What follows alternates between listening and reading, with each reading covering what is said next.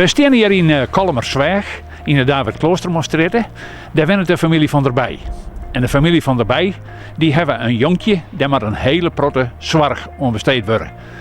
En nou is er iemand die wil anoniem heel graag dat we een pakje brengen, een pakketje met olieballen van de warme bakker De Jong, maar zijn zaken in Dokkum en de Westereen, om even een hart onder de riem te steken en hun even dit een gevoel te geven van warmte.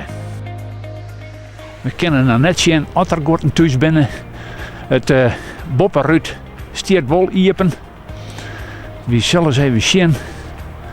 Wat er mensen thuis binnen. Ja, de baant een ja en de rent ook een jonkje in de kamer om. En de baant een licht. We bellen je eens even aan.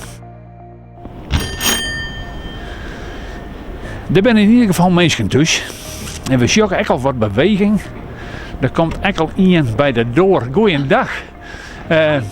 Ben wij hier bij de familie van der Bij? Ja, klopt. En Jolanda van der Bij? Ja.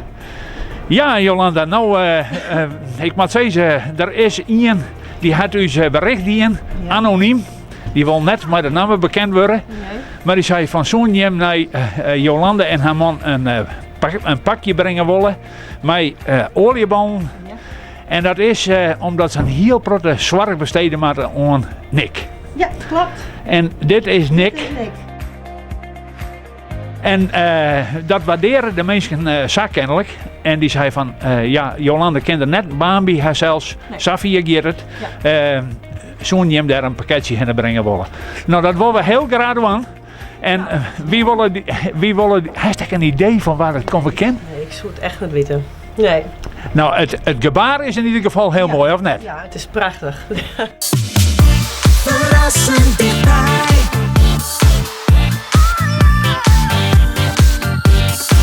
RTV